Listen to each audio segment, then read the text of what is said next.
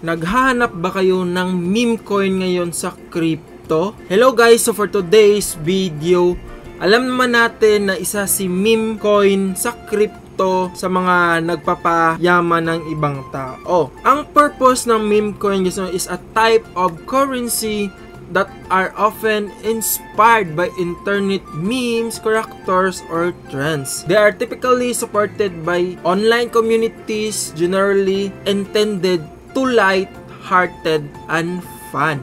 Ibig sabihin guys, itong mga meme coin is ginawa lang having fun, and alam naman natin na maraming yumayaman dito dahil nga yung mga sikat and yung mga mayayaman like Elon Musk, and alam naman natin si Elon Musk, isa yan sa pinakamayamang tao dito sa mundo. And alam nyo ba na yang si Elon Musk, supported niya yung tinatawag natin na Dogecoin. So sa mga hindi nakakalam guys, itong Dogecoin listed na ito sa market ever since yung Bitcoin is mababa pa.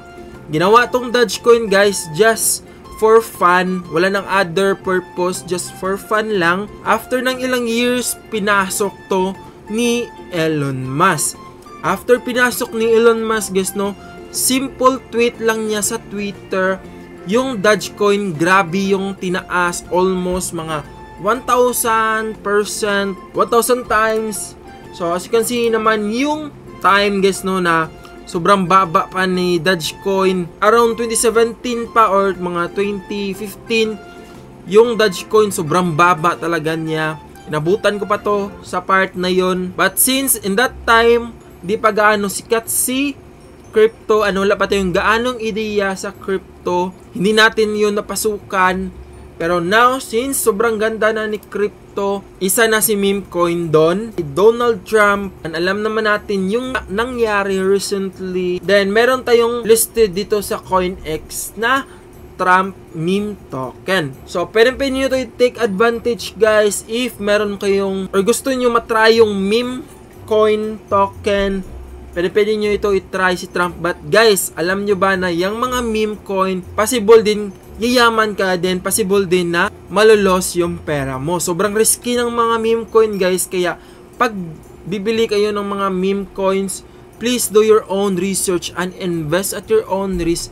Kasi guys, dapat nyo talaga i-consider yan dahil pera nyo yan. And alam naman natin na kaya tayo nag-crypto dahil merong pera tayo na makukuha dito. So, dapat i-consider niyo yung risk sa pagbili ng mga token.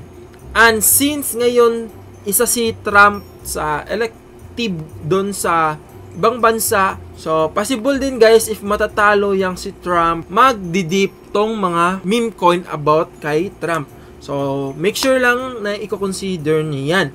Of course guys, if bibili kayo ng token, I advise bumili kayo sa CoinEx.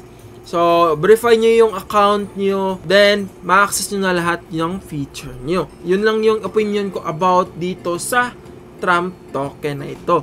So, I hope you learned something in this video guys, no? And if this video nakatulong sa inyo, please consider like, share, comment kayo sa baba. If you have any question, suggestion, correction, comment lang kayo sa baba. And don't forget to click subscribe and notification bell para palagi kayong updated sa upcoming videos natin guys. So, ayun, pa-peace!